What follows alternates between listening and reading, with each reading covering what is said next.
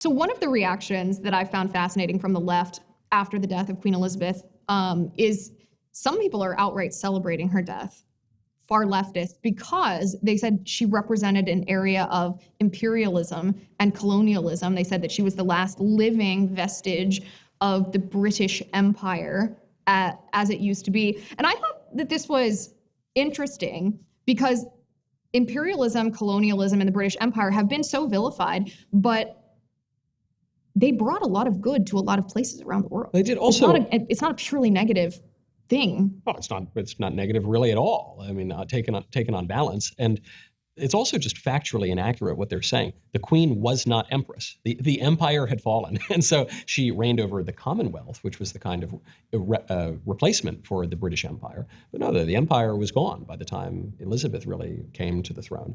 And so, no, you think of the lands over which those evil British, ruled and reigned, and evil imperialism and colonialism, what they brought was almost uniformly blessing to those places. And then the British also let it go. When their former territories declared themselves republics, the British did not really keep a very heavy hand on anything at all. So to attack British imperialism is just, it's historically ignorant for one, but it really just expresses a basic resentment against England, against Western civilization broadly. And so I think they've arrived at their conclusion first, which is Western civilization is bad, and then they've just got to backfill all of the reasons for it, most of which have nothing to do with history. Right, any intersectional topic, and they just fill in the blanks. It's also interesting to observe historically that as the British Empire diminished, what empire became more powerful, and that, of course, is the Chinese.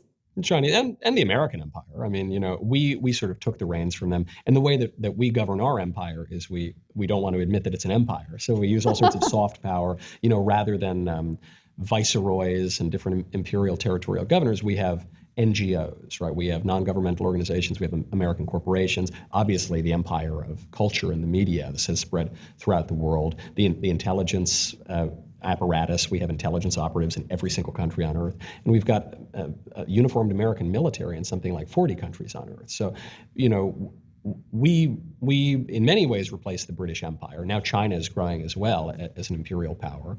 And I think it's very disingenuous for any of us to knock the British for their empire. At least they were honest about it.